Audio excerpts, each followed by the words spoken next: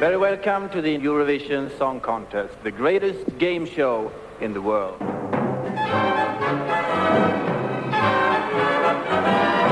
Dit wordt een ring-ding-a-ding-a-ding, ring-ding-a-ding-a-ding, ring-ding-a-ding-a-ding-ding-a-ding-dag, ring-ding-a-ding-a-ding, ring-ding-a-ding-a-ding, ring-ding-a-ding-a-ding-dag. You wait a lifetime to win Eurovision, and then you spend a lifetime living it down. Bonjour, bonjour, es ist schön, dich mal wieder zu sehen. Bonjour, bonjour, gerade heute scheint die Sonne so schön. An deiner Hand durch die Stadt gehen, das wünsch ich mir nur. Bonjour, bonjour. It's not Young Musician of the Year or with a Brains Trust or anything. It's a vehicle for fun pop songs.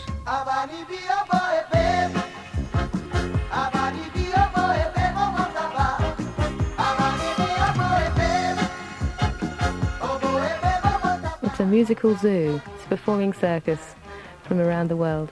A collection of people trying to sing a song for their country with all very different ideas about what should be done.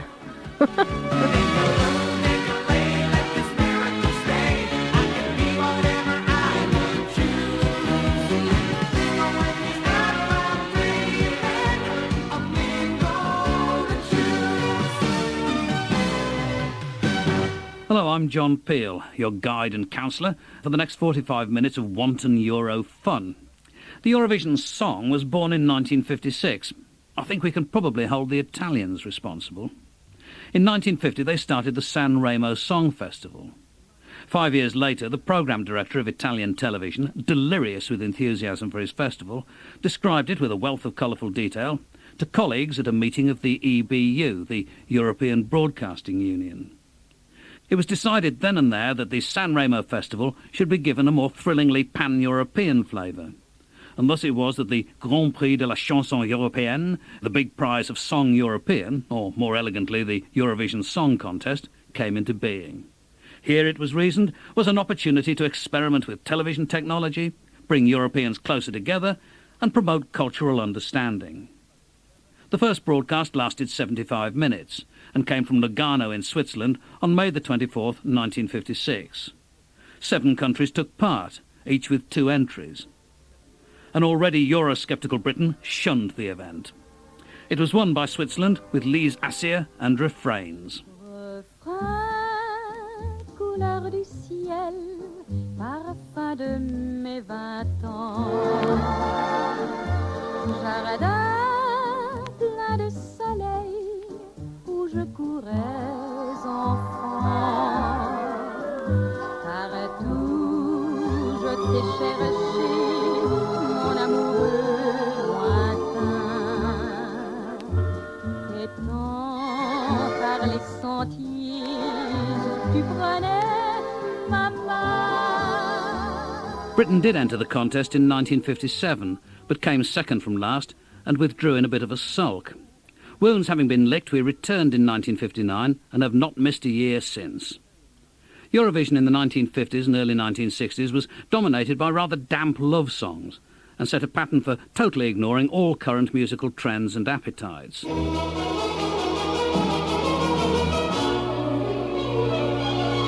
Zit niet zo suf met die eeuwige krant. Ga niet van slaap op verveling. Ben toch je vrouw en ik eet uit je hand. Maar ik eet niet van de bedeling. Dors, mon amour, le soleil est encore loin du jour. Nous avons pour aimer tout le temps, et la nuit nous comprend.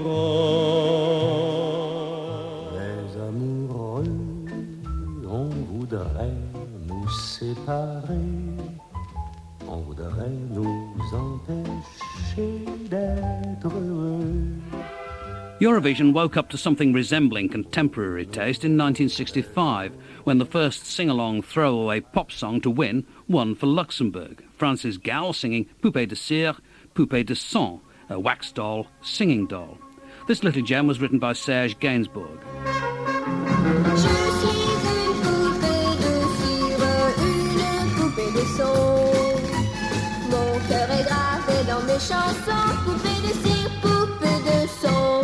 Elle se laisse séduire pour un oui, pour un non.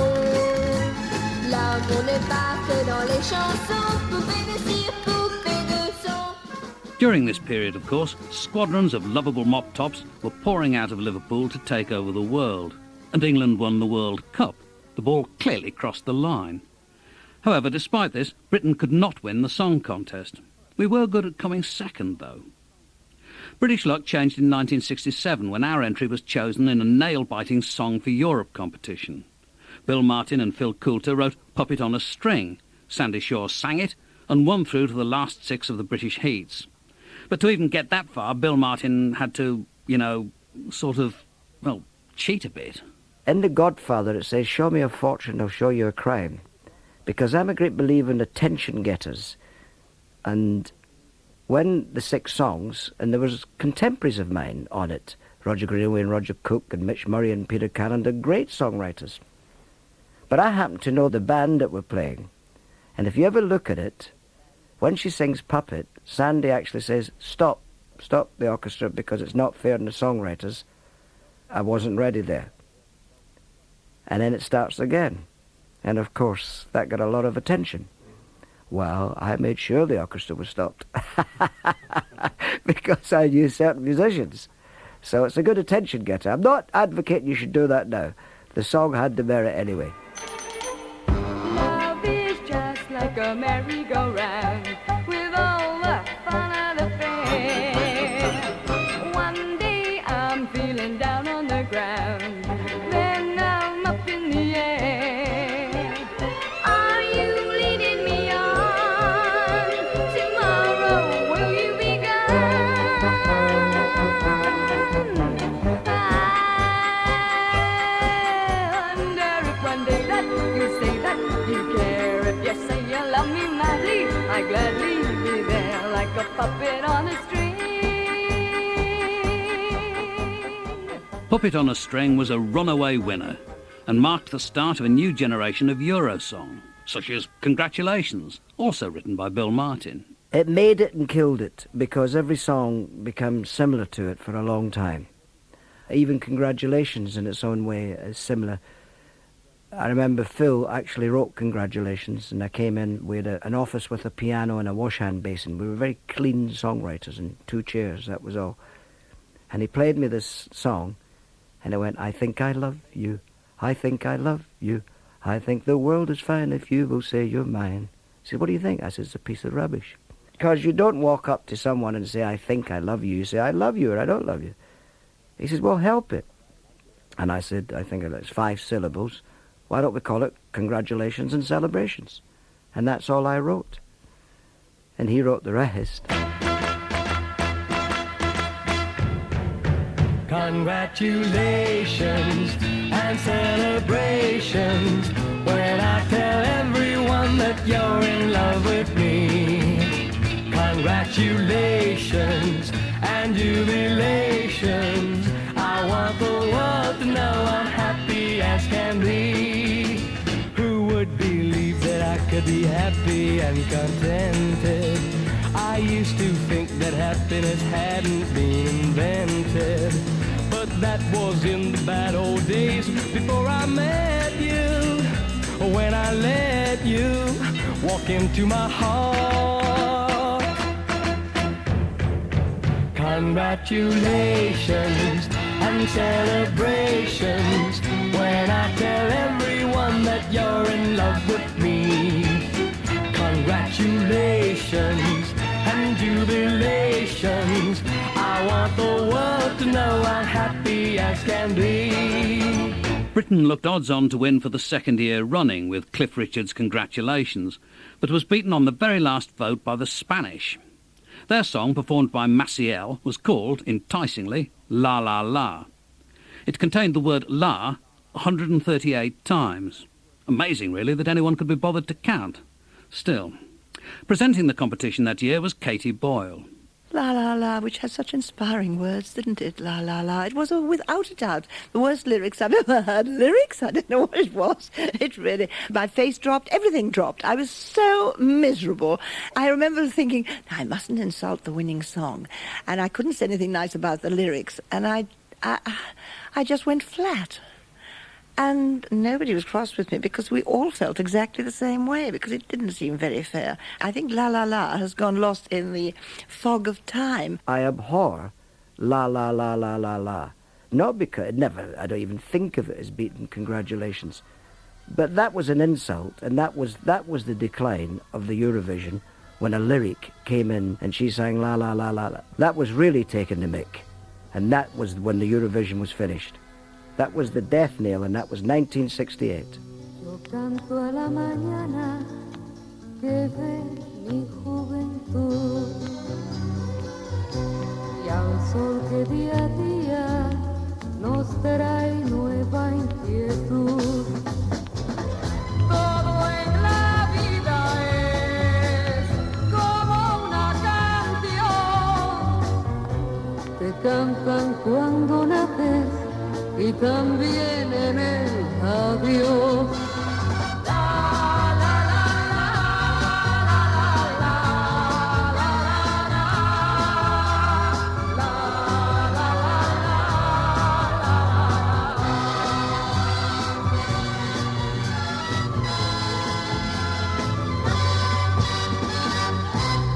Around this time, I even wrote a Eurovision song myself. It was called Ding Dong Billy Bong.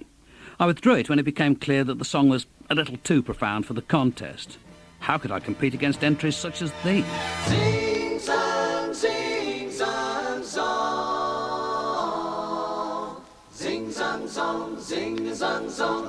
Sing, song, song, sing, song, song. Sing, song, song, sing, song, song. Tam, tam, tam, tam, tam. I hear the music. Tam, tam, tam, tam, tam. That's how it goes. Ding and dong every hour when you pick a flower, even when your lover is gone, gone, gone. Ding and dong, listen to it. Maybe it's a bigot, even when your lover is gone, gone, gone. Ding, ding, dong. Bill Martin blames himself for the collapse of the song contest into banality, but Katie Boyle claims that the competition needed daft songs. But I think Bill Martin was absolutely right to bring it. It wasn't down that he brought it. It was a whistleability. It was a hummability that he got. I mean, everybody was singing Puppet on a String, and it was a very good song. It's so easy to be derogatory, and so easy to say, oh, that's not worthy of anything. Why not? If somebody can sing it in the bath and feel good and sound good and put it on their cassettes and say, my goodness, I think it's a marvellous song, that's going to bring a popular appeal. That's what it's all about. Yeah, boom, boom, boomerang up in the sky.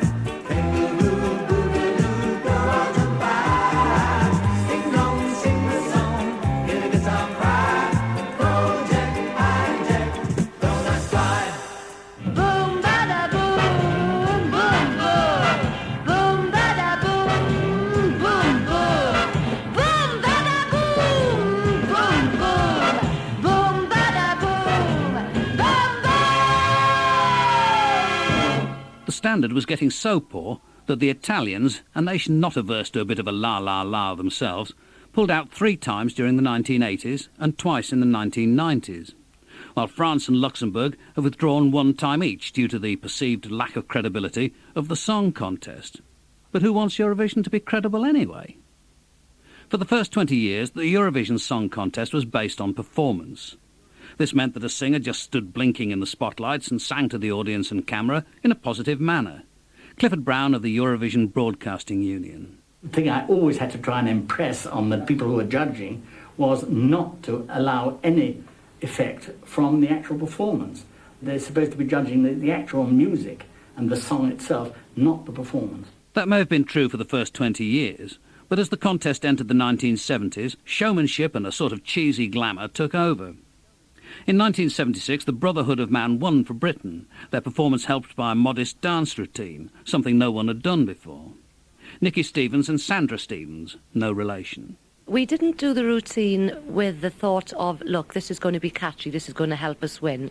The way that we used to perform on stage in the early 70s, every song was always choreographed. So naturally, when it came to Save Your Kisses for Me, we called in our choreographer at the time, right, you know, set a routine for this. And little did we think, I mean, the most biggest things comes out of little simple thoughts, doesn't it? Well, just to make the song look nice and sweet, we'll do this little dance.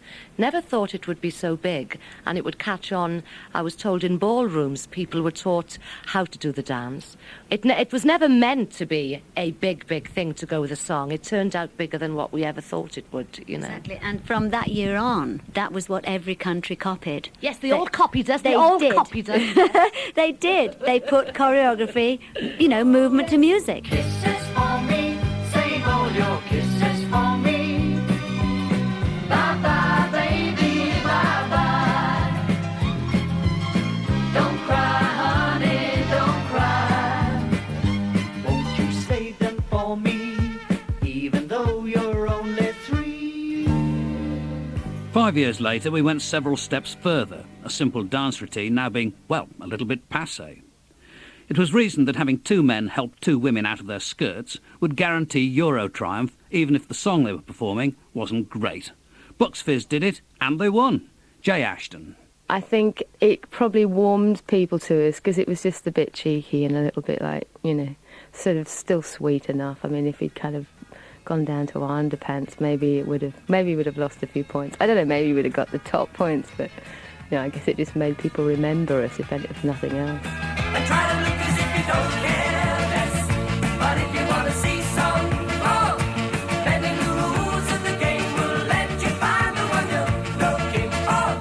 And then you can show that you think you know, for making your mind up, for making your mind up.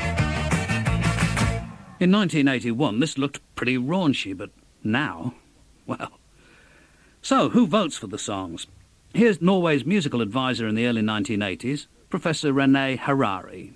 1 year, the judging was done by the taxi drivers of the capital city of that country. They just went and said, we think you're the best judges in music, so how's about telling us what's going to win?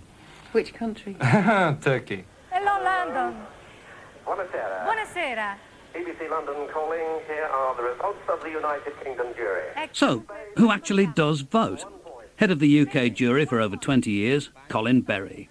Well, there are 16 members.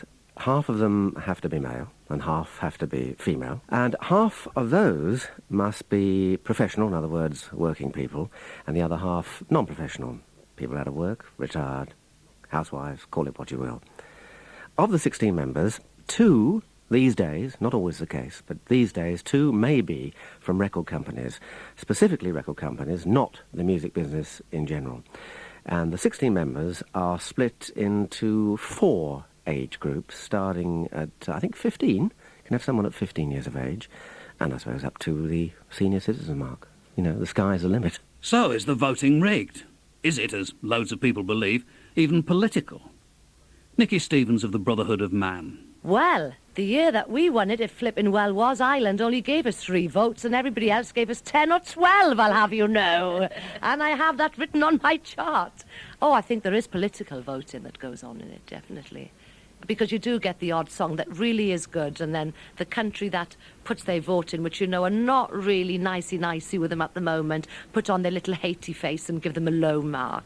But, you know, on the whole, it'll even itself out, you know. But this is a serious competition. Musical reputations are at stake. What goes on behind the scenes? Colin Berry. For the last, I would say, decade or so, the EBU have insisted that we have a solicitor present to make sure of fair play. And I promise you, the guy we've had for the last few years is walking up and down all the time, looking at what people are doing and checking the voting sheets. You can't do any more than that, I don't think, really. The political thing, I'm sure there is a bit of that. But I'd like to tell you this, that the jury are unable to see how the voting is going until that particular country has cast its vote. The monitors are blacked out. So once I've said, and that completes the points of the United Kingdom jury, good night Oslo, or whatever, Those screens are blank. After that, they can see the remainder of the voting. If I'm number 25 out of 25 countries, it's tough on the UK jury. But of course, we could be the first country, as we were 1 year, about 10 or 15 years ago, I think. That is a draw, as I'm sure most people know. You draw to see where you are in the position of songs. Well, you've convinced me, Colin, so nothing can go wrong, right? Wrong. In 1969, Chaos Theory fans, 4 countries won. This is Clifford Brown of the EBU again. Clifford was official scrutineer in 1969. There was no special rule for that at the time. All it was said was if one or more countries happened to get the same mark, they would all be ex aequo winners of the contest. And that happened then, to some people's disgust, I'm afraid. In fact, 6 countries refused to enter the contest the following year unless changes were made. They were made, but Eurovision isn't the sort of thing that countries are going to go to war over, now is it? They did in Portugal in 1974. It's the first day of the coup. Before dawn, the soldiers of this army of salvation began their march on the capital. The secret signal to move was given when Portugal's Eurovision Song Contest entry was played on the radio.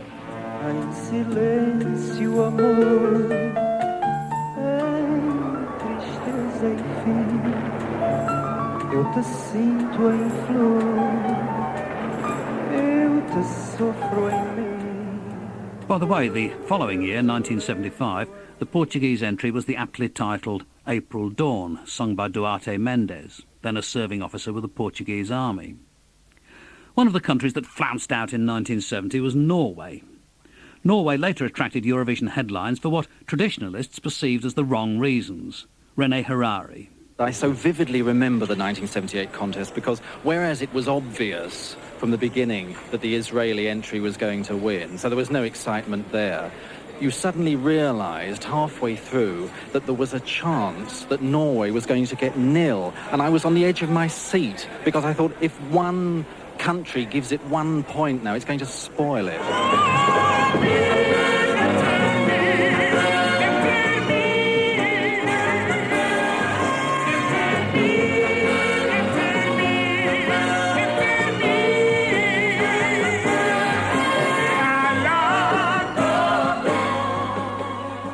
Yang Taigen, who received the coveted nul point. For Yang, it all turned out to be a bit of a shrewd career move. When we're all sitting there, all the people, the participators, I sort of felt that it was something wrong, you know, because they sort of felt with me, and I was just as happy then. When I then came home to Norway, I started selling a lot of records, and we've done so many things. We've done musicals, and I'm now doing a film, and it's very strange. The world is strange, you know.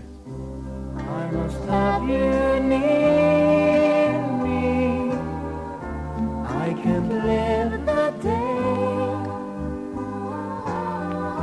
My heart feels so weary. Please don't go away. Never one to give up, Yang tried again in 1982 when he duetted with Anita Skorgan on his song Tell Me Adieu and came second last. So near and yet so far. He didn't fare much better in 1983. However, Norway showed a shattering reversal of form in 1985 and won the song contest with Bobby Socks and Let It Swing.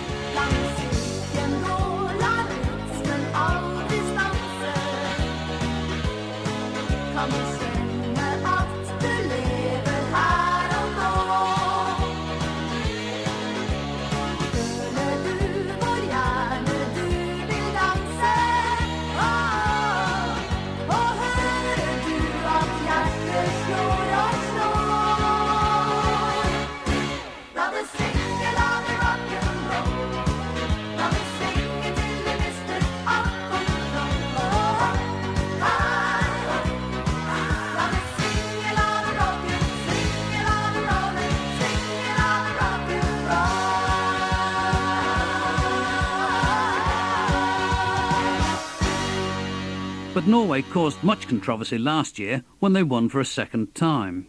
This they did with a song called Secret Garden by Nocturne. This was, to all intents and purposes, an instrumental. Not just an instrumental, but an Irish instrumental at that. Bill Martin. That is what they wanted to put in, but it certainly wasn't a song. So I have no respect for it, and I'm sure that the public at large had no respect because it came nowhere. So you may win a contest, but that's the object is to be successful.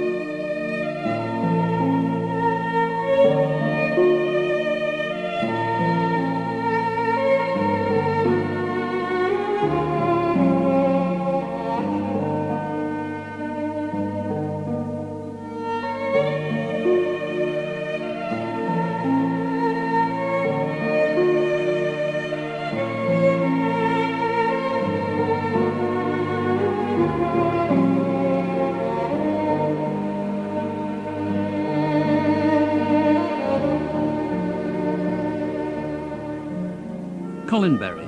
I think it was they were trying it on, weren't they, the Norwegians, and they thought, well, you know, we've got this thing that's 90% instrumental with a little bit of vocal on the beginning and the end. Let's see what happens. And by golly, they did it. They did do it all right. One of the original aims of the Eurovision Song Contest was that each competing country's song would reflect their traditional music. In fact, in Sweden in 1975, the year after ABBA won, protesters took to the streets to show their displeasure, believing that the Swedish entry didn't represent Swedish music. There would seem to be a rich vein of untapped fun here. Why not make every country enter a song it believes to be in the style of another? Norway may have gone Irish last year, but in 1980 they proved that if you stick with homegrown sounds, you stand a fine chance of finishing down the field. Hey-yo, lo-le-lo-le-lo, lo-le-lo. Hey-yo, lo-le-lo-le-lo, lo-le-lo. Professor René Harari again. The European Broadcasting Union says you must be ethnic, you must show your own culture. But if by showing your own culture you turn the ears off of those who listen, then you've lost.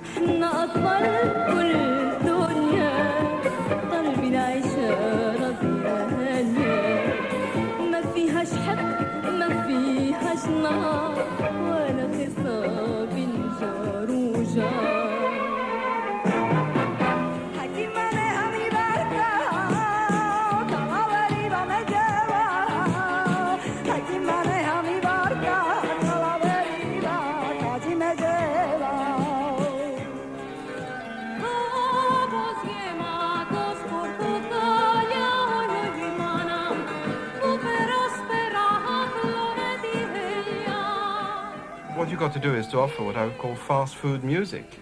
The burgers, the hot dogs, the pizza, that will be immediately acceptable and recognized. So it is fast food music.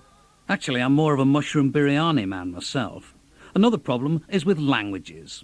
There are some countries, no matter how hard they try, they always do badly. I mean, poor old Finland. I mean, their track record is really bad. A lot of the languages are quite ugly sounding to anyone who doesn't know. It's more likely that a song written in the English language will play to greater markets than a song written in Turkish or Greek. It's as simple as that. Colin Berry and Jim Moyer, the latter head of light entertainment for the BBC in the 1980s. The language requirements of Eurovision have caused some entrants problems over the years. Until 1976, nations could choose which language they sang in. Some even sounded as though they'd made up a new language especially for the occasion, sometimes with a vocabulary of upwards of 10 words. Well, 5 anyway. But in 1976, a new rule was introduced which laid down that all entries had to be sung in one of the official languages of the participating country.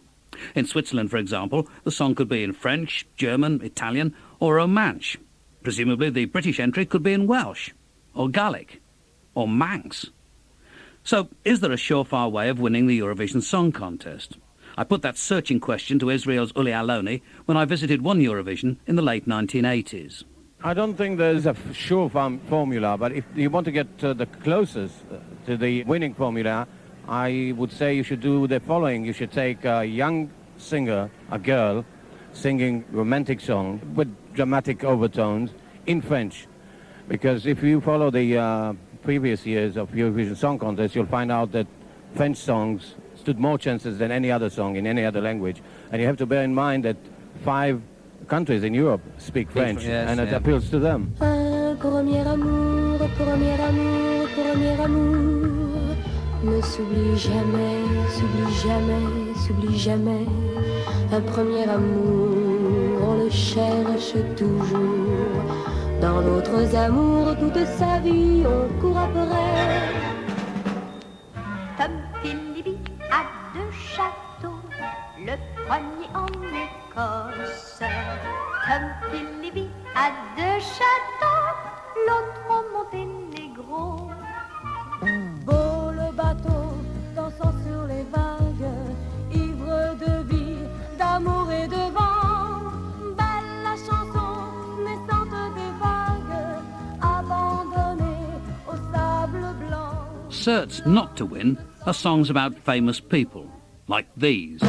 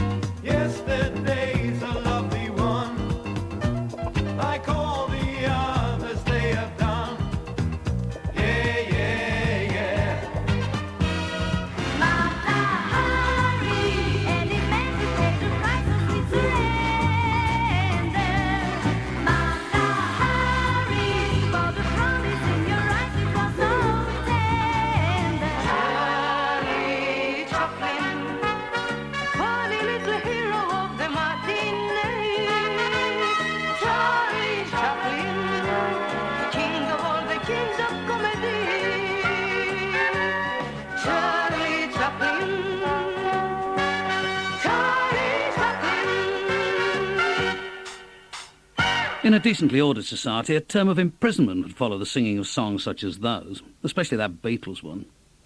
Political or protest songs are also doomed to Euro failure. Since its debut in 1956, the competition has had a divided response from the public, press, artists and record companies. But the show is regularly watched by 500 million people, amongst them serious, hardcore devotees. We're looking at fanaticism here. There are song contest fan clubs. One of these, the Eurovision Network, was founded by David Bridgman. Eurovision Network is a fan club for over 1,000 dedicated Eurovision fans. And all we do really is provide magazine 5 times a year and stage our annual convention as well. It all kicked off around about 1989. There were about 50 or so people who'd been writing to each other. We thought we'll get it on a formal basis, this, and get some money out of it. What kind of person actually joins such an organisation? Mostly professional people. Professional middle-class people. Late 20s, early 30s. Though we've got 1 or 2 members who are in the 70s as well. I don't know what it is really. I'd like to think it's because we're all good Europeans and we enjoy the fine music that's on offer every year, but I don't think it is really. It's definitely a tongue-in-cheek kind of appreciation. I think people are more into the event itself rather than the actual music. But what happens at a Eurovision convention weekend? It's a bizarre weekend of people basically getting drunk and watching Eurovision videos and having a laugh really about it. It's all very tongue-in-cheek. Some people are quite frightening really. There's one guy who turns up every year. As he's watching the songs, he marks them out of 10 every so many seconds to find out whether he's enjoying it at that particular stage of the song. And that is very frightening. 1, 2, 3, qu'il pleuve sur les toits, qu'il neige sur les toits, il fait si bon dans tes bras, la la la la. 1, 2, 3, je n'entends que ta voix, je ne vis que pour toi, je t'aime, jouer, jouer musicien, enchante-moi magicien, tourne, tourne dans ma tête à moi, fais briller les yeux des enfants rois, fais-moi rêver comme les tiens, chante dans ce baladin, dans la ronde folle, entraînez-moi, donnez-moi l'amour et la joie. But with all the ludicrous songs and threadbare performances, the contest has, over the years, produced some seriously hummable songs. Top artists of the calibre of Julio Iglesias, Celine Dion and, of course, ABBA have sung out for their countries. Katie Boyle. ABBA were the nicest people. They were in very tight jeans, And I had a sweet husband who really didn't know very much about the Eurovision Song Contest, and he thought that they were part of the team who were looking after our drinks, and kept on asking one member of the group or the other to say, do you think you could possibly get me a cup of coffee? It was very funny, and they were always grinning away and having fun. No, it was a very, very pleasant atmosphere there at the ABBA one, and I think we all knew that ABBA had an outstanding song, and they were really different. For many artists in Europe, this competition is their only chance to gain recognition of any sort outside their own countries. ABBA actually entered the Swedish heats of the contest in 1973 and 1972. You did, didn't you, kids? Yes, we did, and for 1971, I think, in 1970. Yeah, that's right. You know, you have to realize that at that time it was virtually the only thing that could help you get outside the borders of Sweden. You know, nobody would listen to a tape from Sweden at that time. If the thing with Waterloo and Brighton wouldn't have happened, I think that we'd be still writing songs for the song contest, right? Well, yes.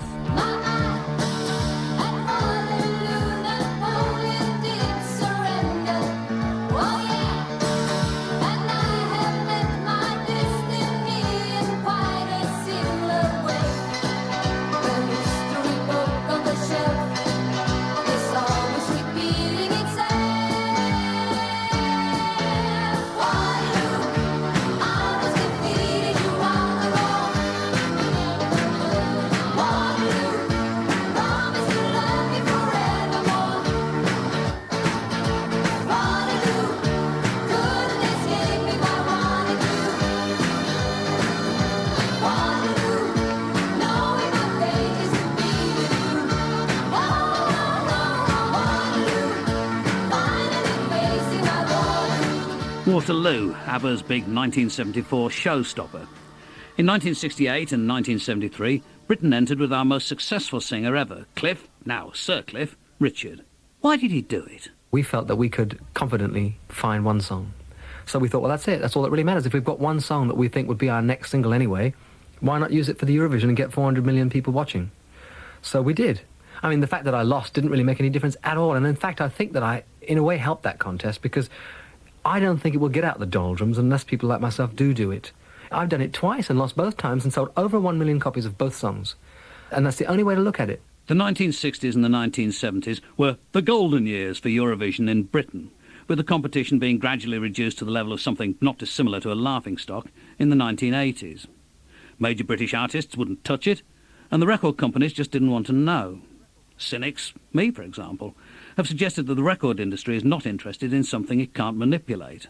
However, the 1990s have seen a revival in British interest. Last year we entered a rap record, sort of, by Love City Groove. And this year's entry by Gina G has the backing of a major record company, WEA. Steve Allen, Head of Artist Development. We've tried to go out with what may be the first real Euro-pop record in the show, which I always thought was a real anomaly, really, that it's Eurovision, but there was no real... Whatever was good that was coming out of Europe was Wigfield, Corona, in a dance pop way, Ace of Base, those kind of things, and actually there was never anything like that in the show. So, you know, if we're going to be in it, we want to try and win the thing. So we've already been criticised for possibly making this statement like we're doing something new, but in fact it doesn't look like we're pushing the boat out that far with Gina G, because it is so pop. But I wanted to keep the boom banger bang quality, but marry it to a very modern Euro groove bass line. And it has got a modern energy, this record. It's got a very fresh modern energy, and it's a catchy song, just like Puppet on a String was.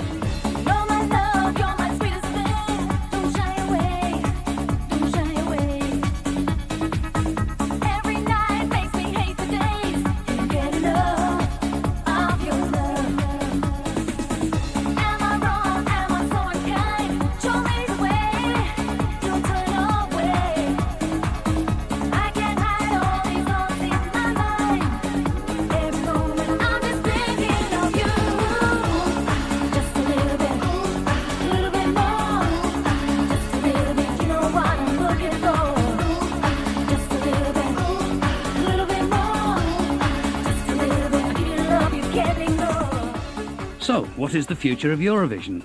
Do yet more countries want to enter? Is this how North Korea will eventually rejoin the family of nations? Where are we now? Where are we going? Does anyone still call younger people teenagers? It's changed radically. We've gone all through the boom, bang, bang, ding-a-dongs and goodness knows what else.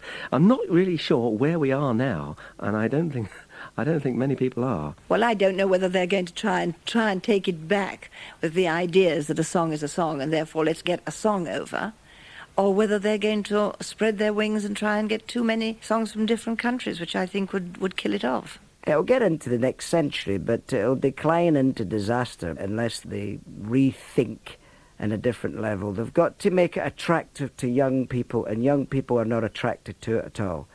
The teenagers wouldn't look at the Eurovision.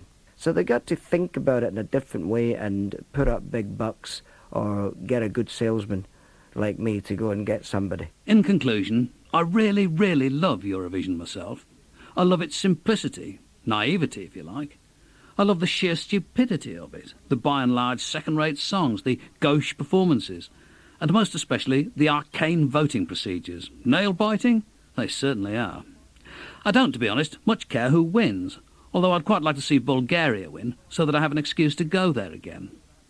We asked Bill Martin to name one song that, for him, sums up the Eurovision Song Contest. Oh, there's no question. To me, Volare is just a wonderful song. Just a terrific song. It's sung in every bar in the world. Maybe I get a lot of bars. It's sung in every Italian restaurant. My favourite singer of all time, probably why I call myself Bill Martin, Dean Martin, had a wonderful #1 with it in America.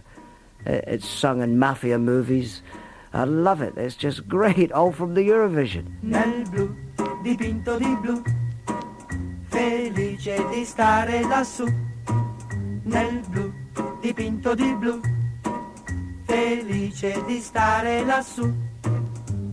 Penso che un sogno così non ritorni mai più. Mi dipingevo le mani e la faccia di blu. Poi d'improvviso venivo dal vento rapito e incominciavo a volare nel cielo infinito. Volare, oh, cantare, oh, nel blu, dipinto di blu, felice di stare lassù.